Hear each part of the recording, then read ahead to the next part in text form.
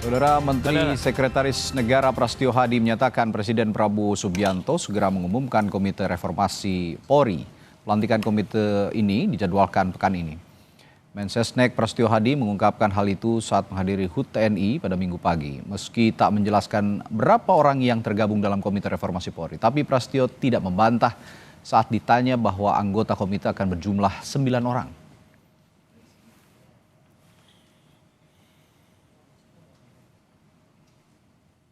Mas, komite reformasi kepolisian Minggu depan? minggu depan akan dilantik? Iya, akan diumumkan dan dilantik oleh Bapak Presiden. Anggota 9 anggota itu ya Pak? Duh, kok sudah tahu 9? Sudah dapat bocoran ya?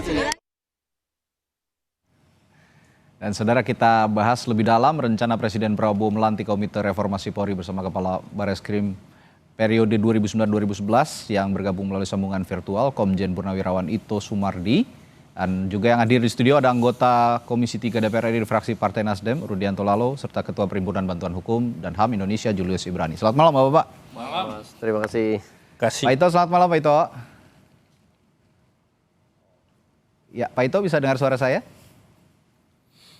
Jelas. Baik, Pak Ito, saya pertanyaan pertama ke Pak Ito dulu deh. Ada Komite Reformasi Polri yang akan dilantik Presiden. Di sisi lain ada juga tim transformasi Polri yang katanya dibentuk juga oleh Kapolri.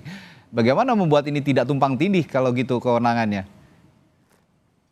Jadi begini Mas, sebelum digulirkannya ya isu akan dibentuknya tim reformasi pasca pertemuan dari Gerakan Nurani Bangsa kepada Bapak Presiden, Polri sejak kejadian tanggal 25 itu sudah membentuk, sudah memperkuat jajaran daripada penasihat ahli ya menjadi 32 orang. Kemudian juga telah melakukan rapat maraton yang intinya adalah kita ingin mengetahui penyebab-penyebab dan kelemahan-kelemahan apa yang ada di dalam tubuh Polri saat itu. Ini merupakan langkah proaktif daripada Bapak Kapolri. Kemudian kami sewaktu itu belum tahu ada rencana pembentukan komite reformasi. Hanya ada tuntutan-tuntutan dari masyarakat agar ada reformasi di tubuh Polri. Jadi kalau dikatakan kita mendahului, ya betul ya, tapi itu dalam langkah proaktif. Tapi kalau membangkang atau istilahnya tidak memenuhi permintaan Presiden, saya kira mungkin keliru karena kita sudah berjalan dulu sehingga kemudian kita juga sudah menginventarisir ya Mas, bahwa Polri itu kan sudah melakukan reformasi pada saat tahun 2002 ya sebagai hasil daripada 2009. Kemudian kita membuat struktur, kemudian instrumental berupa protap-protap dan kultur. Nah di kultur inilah memang ada kelemahan yang tentunya kita melihat di mana kelemahannya sehingga masyarakat saat ini adalah merasa bahwa kepercayaan kepada Polri itu menurun. Nah disitulah kita melakukan pengkajian yang sangat mendalam dengan melibatkan para pakar, pada ahli, kemudian juga dari komunitas sipil ya. Saya kira ini yang dilakukan oleh Pak Kapolri sampai saat ini. Demikian. Tapi arah pertanyaan saya sebenarnya Pak Ito, dengan batasan kewenangan nantinya antara Komite Reformasi bentukan Presiden dan tim transformasi yang dibentuk Kapolri, sebenarnya bagaimana batas kewenangannya nanti?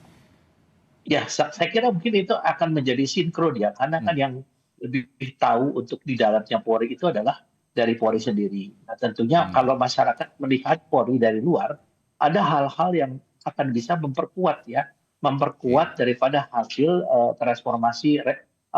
transformasi Polri yang telah dibuat ya dalam buku Quick Win ya, akselerasi transformasi ini, dan juga kita sudah membuat buku saku yang intinya adalah do and don't ya, apa yang harus dilakukan dan apa yang tidak boleh dilakukan.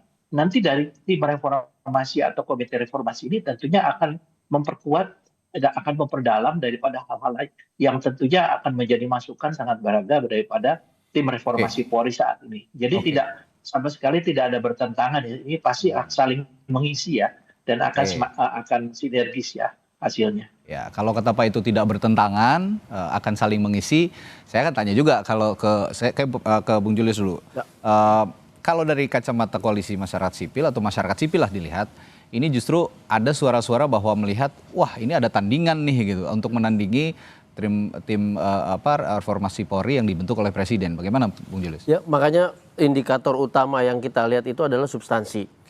Jadi kalau kita berkaca pada peristiwa atau insidentil, maka ini kita bicara kultur. Oke. Bicara kultur kekerasan di kepolisian, perspektif soal HAM yang masih tidak memadai karena tidak ada pendidikannya, berarti bicara penindakan di level implementasi teknis. Dan itu adanya di internal Polri, di situ ada mekanisme propam, ada tim yang dibentuk Kapolri dan segala macamnya.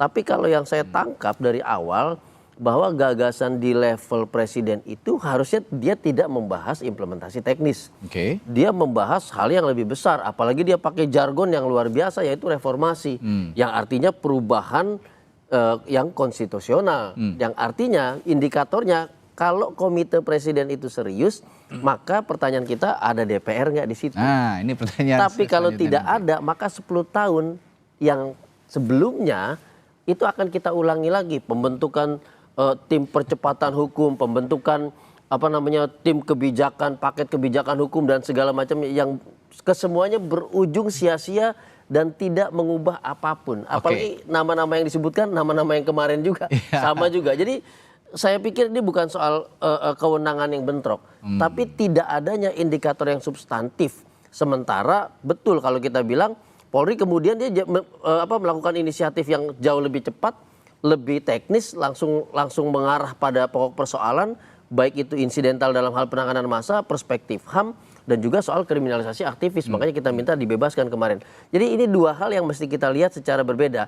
Kalau dikatakan melengkapi, ini agaknya malah jadi level presiden yang menunggangi level teknis yang ada di internal Polri. Harusnya nggak begitu. Oke. Nah, jadi kami bilang jangan mengulangi hal yang sama. Mari kita fokuskan pada hal yang lebih produktif sesuai dengan porsinya. Oke. Kata kuncinya itu aja, Mas. Oke. Gitu. Saya ada 2 pertanyaan ke Bung Rudi nih. Kalau gitu DPR sudah diajak ngobrol belum? Katanya kan ada 9 nih dengarnya dan tidak dibantah juga oleh tadi dari pemerintah. Belum. Sudah diajak ngobrol atau belum?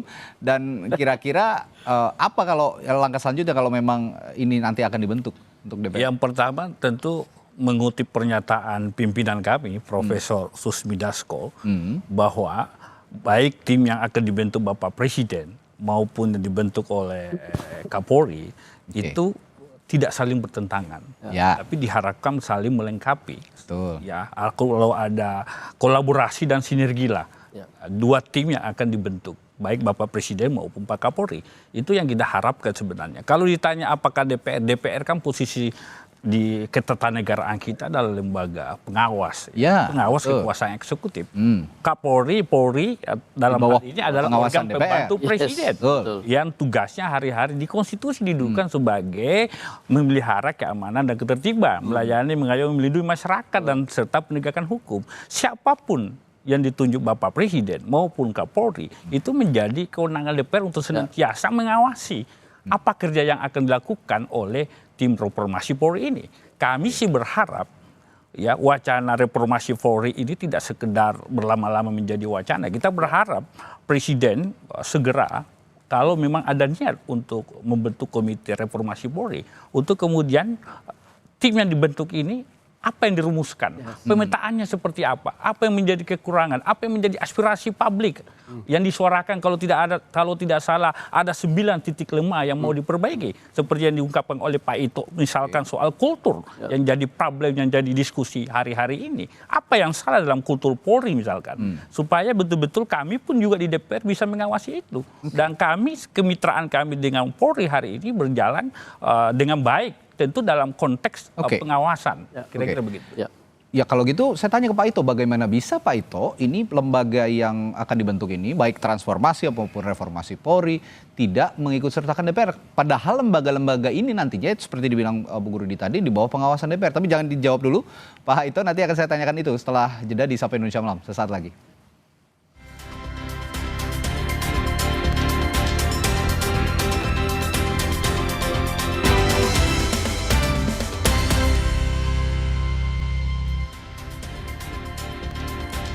Kembali di Sapa Indonesia Malam masih memperbincangkan soal pembentukan tim reformasi ataupun transformasi Polri, bentukan presiden maupun juga bentukan Polri. Tadi saya tanya ke Pak Ito, untuk membuat lembaga atau membentuk lembaga ini, setidaknya kan ada komunikasi dengan berbagai lintas lembaga termasuk legislatif sebagai 3 pilar demokrasi ya, termasuk juga yang di Komisi 3 yang membidangi masalah hukum. Tapi tadi Pak Rudi mengisyaratkan belum ada komunikasi ataupun apa ya Ya, ya obrolan lah dengan Komisi 3 DPR. Apa yang terjadi sebetulnya?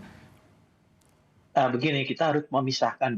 Saya juga kan pernah menjadi anggota aktif dan kami bermitra selalu dengan DPR. DPR adalah lembaga pengawas kita. Ada Kompolnas juga selain Kompolnas. Jadi yang sekarang sedang dilakukan oleh Kapolri adalah bagaimana untuk menginventarisir, merefleksi diri kita dengan adanya kejadian-kejadian ini dikumpulkan dari berbagai komplain masyarakat sehingga kita akan membuat dulu menginventarisir dalam bentuk klaster-klaster. Mungkin tadi bisa disampaikan oleh Mas Julius misalnya di bidang pelayanan, di bidang penampilan ya, penampilan baik pada saat dinas maupun keluarga, penegakan hukum, kemudian di bidang perlindungan ya. Nah, tentunya ini yang dilihat satu-satu yang kita bukan berarti kita tidak mengabaikan DPR sama sekali tidak. Bahkan DPR nanti kalau sudah selesai bisa memanggil Polri ya untuk melakukan RDP sehingga kita harus memberikan kepada DPR apa yang sudah dilakukan oleh Polri. Karena kan DPR juga merupakan mitra daripada Polri. Jadi bukannya kita tidak mengabaikan atau tidak melaporkan, karena memang yang dilakukan saat ini adalah dalam rangka upaya melakukan pengkajian, mengevaluasi, dan merefleksi ke dalam. Nah sekarang sudah ada perintah Kapolri dalam batas waktu 3 bulan ke depan.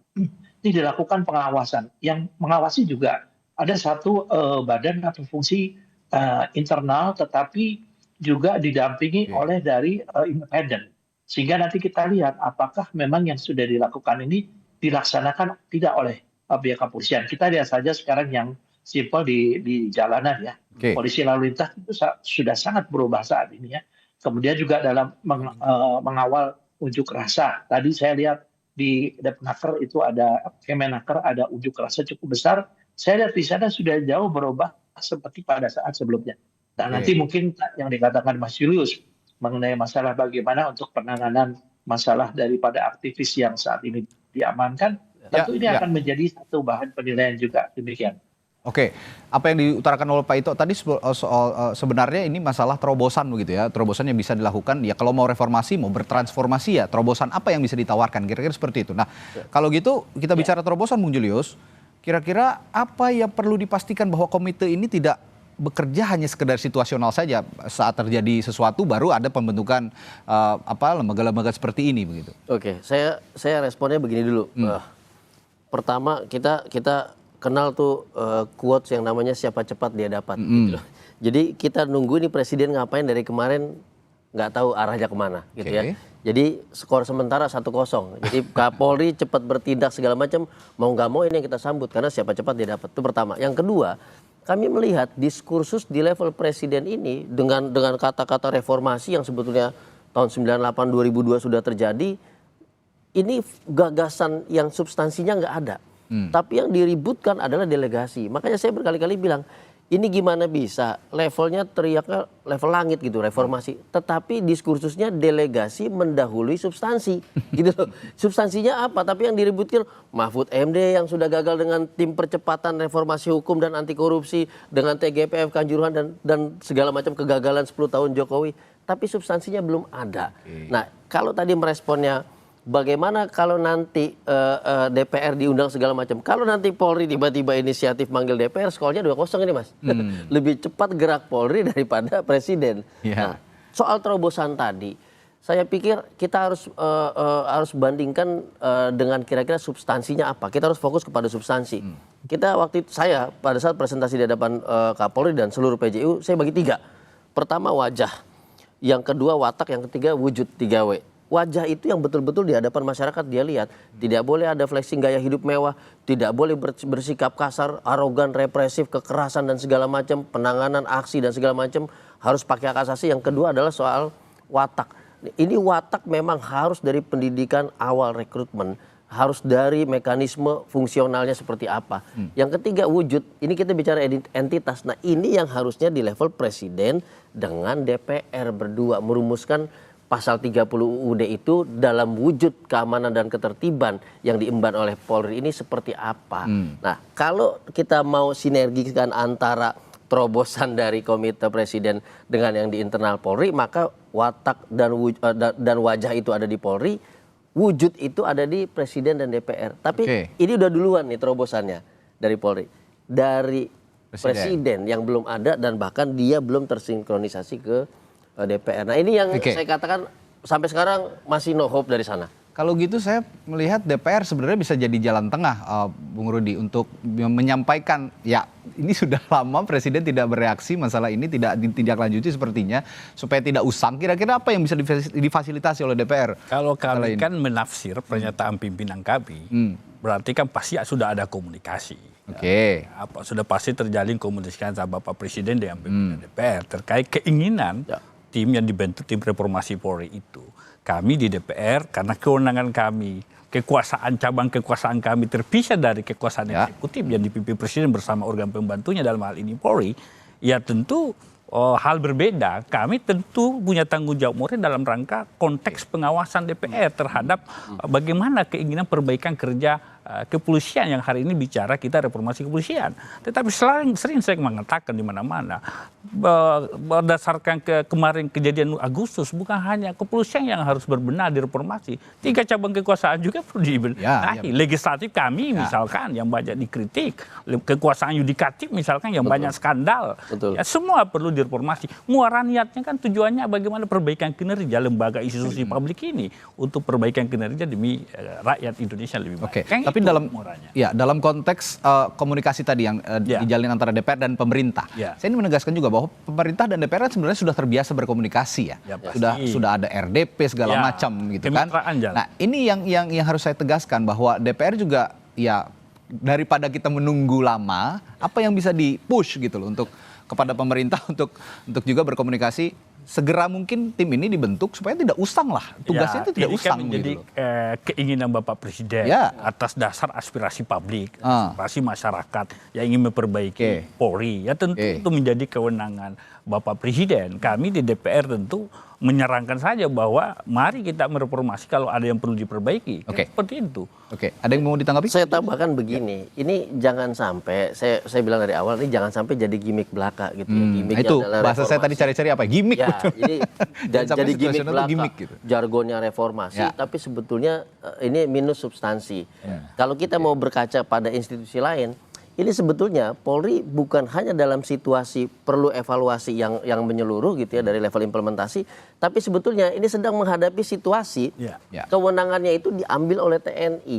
Udah ada revisi undang-undang TNI masuk sipil semua, sekarang ada RUU yang namanya pertahanan dan keamanan siber di mana TNI itu jadi penyidik seperti Polri. Jadi situasi ini membuat arah Polri ini mau kemana itu menjadi luntang-lantung, tidak penuh dengan ketidakpastian. Nah ini harusnya yang ada di level presiden ini.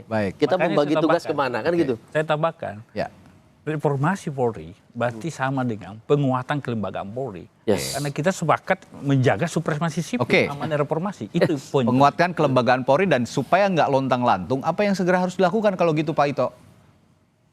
Ya, saya sependapat dengan Bung Julius, dengan Mas Rudi ya, saya kira betul sekali. Kadang-kadang saya sendiri agak bingung ya, karena sekarang banyak kewenangan yang tumpang tindih.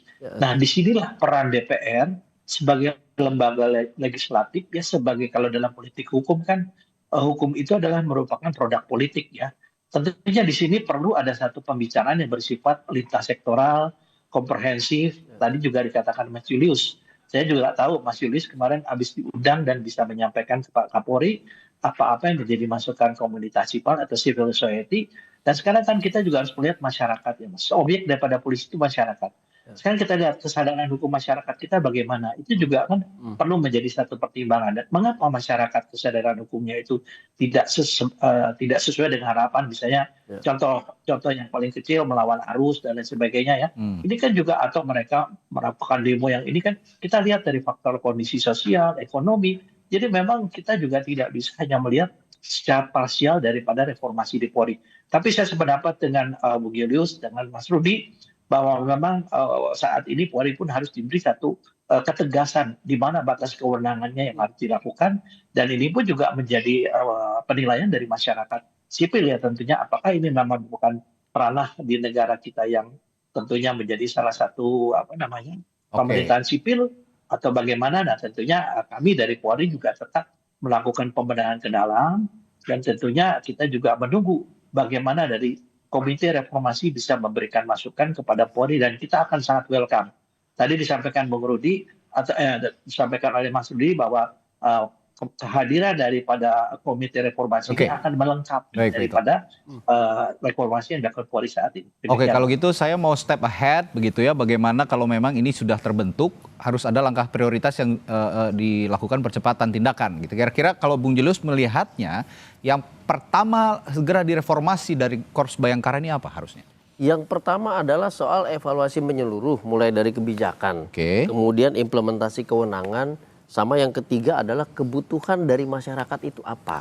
Karena end user dari Polri ini adalah masyarakat. Karena Polri diatur oleh konstitusi, maka Polri itu selevel nasi. Dia kebutuhan sehari-hari masyarakat. Sembakonya lah ya. Sembakonya masyarakat. Jadi emang dia harus bagaimana mekanisme sehari-hari, evaluasinya, koordinasinya bagaimana, pengawasannya bagaimana.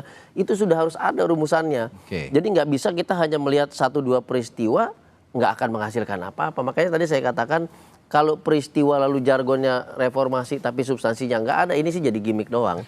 Nggak usah dibentuk sekalian, serahkan saja kepada Polri koordinasi dengan mitra kerja yang namanya Komisi 3 DPR RI. Selesai sampai di situ. Tapi kalau mau betul-betul memperbaiki, satu contoh, kewenangan siber belum diatur. Ya, itu sudah sampai di mana-mana. Bagaimana masukin itu ke dalam Undang-Undang Polri nomor 2 tahun 2002 yang sudah berusia 23 tahun. Nah, itu yang harus difikirkan. Bagaimana dengan soal criminal justice system berbasis digital evidence dan segala macam, itu juga belum dirumuskan. Bagaimana pendidikan-pendidikan yang untuk level penyidikan tindak pidana khusus dan segala macam, itu juga belum dirumuskan. Jadi itu yang harusnya di depan mata bisa kita lihat dan tidak usah pakai jargon-jargon gimmick. Intinya sih sebenarnya simpel. Betul, tadi saya sepakat bahwa masyarakat itu, publik itu adalah sembakonya Polri, harusnya didengar lebih awal. Nah, kalau begitu masyarakat itu saya percaya, simpel aja sih, pengen hidup tenang, pengen makan enak, mengaspirasikan sesuatu tanpa ada hambatan. Betul. Bung Rudi, kalau gitu di Komisi 3, apa yang bisa disuarakan atau disampaikan, mungkin di konstituen ada yang menyampaikan sesuatu untuk spesifik hal ini? Polri itu kan rasa sewaktu utama, ya pelayan bangsa, abdi bangsa. Jadi posisinya sangat vital. Anda bisa bayangkan kalau satu hari tanpa polisi kan, yang sangat vital, dia melindungi, mengayomi, melayani masyarakat. Itu saja yang didukung konstitusi, itu yang diperbaiki Polri. Dan penegakan hukum yang jadi problem hari ini yang turut menurunkan citra Polri adalah penegakan hukum. Seringkali kita mendengar ada oknum yang menyalahgunakan kewenangan yang diberikan atas nama hukum. Ini yang banyak dikritisi oleh kawan-kawan. Dan menurut saya ini yang perlu diawasi benar. Pengawasan internal, pengawasan eksternal, pengawasan DPR. Muaranya tujuannya tentu untuk perbaikan kinerja Polri yang kita cintai. Ya, kalau gitu saya coba simpulkan, alih-alih berkutat pada 9 nama siapa sebenarnya yang akan mengurusi tim reformasi, saya lebih sepakat, mungkin publik lebih sepakat bahwa pikirkan saja 9 bahan pokok tadi yang dibilang betul sekali. Bung Julius, untuk didengar lebih awal oleh institusi Polri dalam rangka mentransformasi ataupun juga mereformasi institusi Polri. Baik, terima kasih Bung Julius, Bung Rudi dan juga Pak Ito sudah bergabung di Sapa Indonesia Malam hari ini. Sehat selalu, sampai jumpa lagi Pak.